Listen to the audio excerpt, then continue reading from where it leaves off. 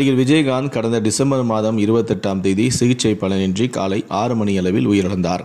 அவரின் உடலானது தீவுத்திடலிலிருந்து ஊர்வலமாக கோயம்பேடில் இருக்கும் தேமுதிக அலுவலகத்திற்கு எடுத்து வரப்பட்டு அரசு மரியாதையுடன் நல்லடக்கமும் செய்யப்பட்டது.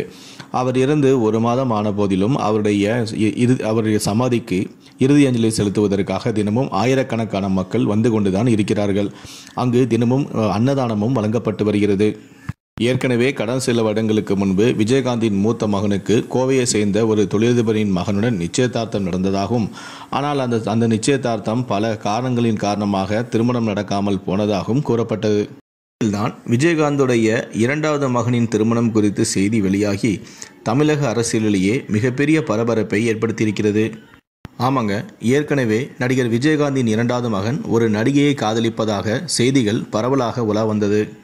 அந்த நடிகை கூட இவரை உடனே திருமணம் செய்து கொள்ள ஒப்புக்கொண்டதாகவும், ஆனால் அண்ணனுக்கு திருமணம் முடியும் வரை காத்திருக்க வேண்டும் என்று தன்னுடைய இரண்டாவது மகனிடம் விஜயகாந்த் அப்போதே ஸ்ட்ரிக்டாக சொல்லிவிட்டாராம். அதே சமயம் அந்த நடிகையின் தரப்பு உடனடியாக திருமணம் செய்து கொள்ள வற்புறுத்தியதாம்.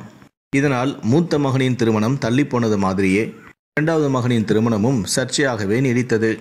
இந்நிலையில்தான் இரண்டாவது மகன் காதலித்ததாக சொல்லப்படும் அந்த நடிகை பற்றிய சில செய்திகள் அரசல் புரசலாக தெரிய வந்துள்ளது. ஆமாங்க, தெலுங்கு தமிழில் முன்னணி ஹீரோயினாக திகழும் ஒரு நடிகை என்றும், இந்த நடிகையின் மார்க்கெட் தற்போது உச்சத்தில் இருக்கிறது என்ற தகவலும் வெளியாகியுள்ளது.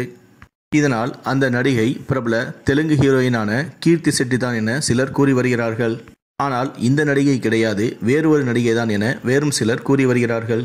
ஆக மொத்தம் விஜயகாந்தின் 2 மகன்களுக்குமே திருமணம் முடியும் வரை இது போன்ற சர்ச்சைகள் தொடர்ந்து கொண்டேதான் இருக்கும்.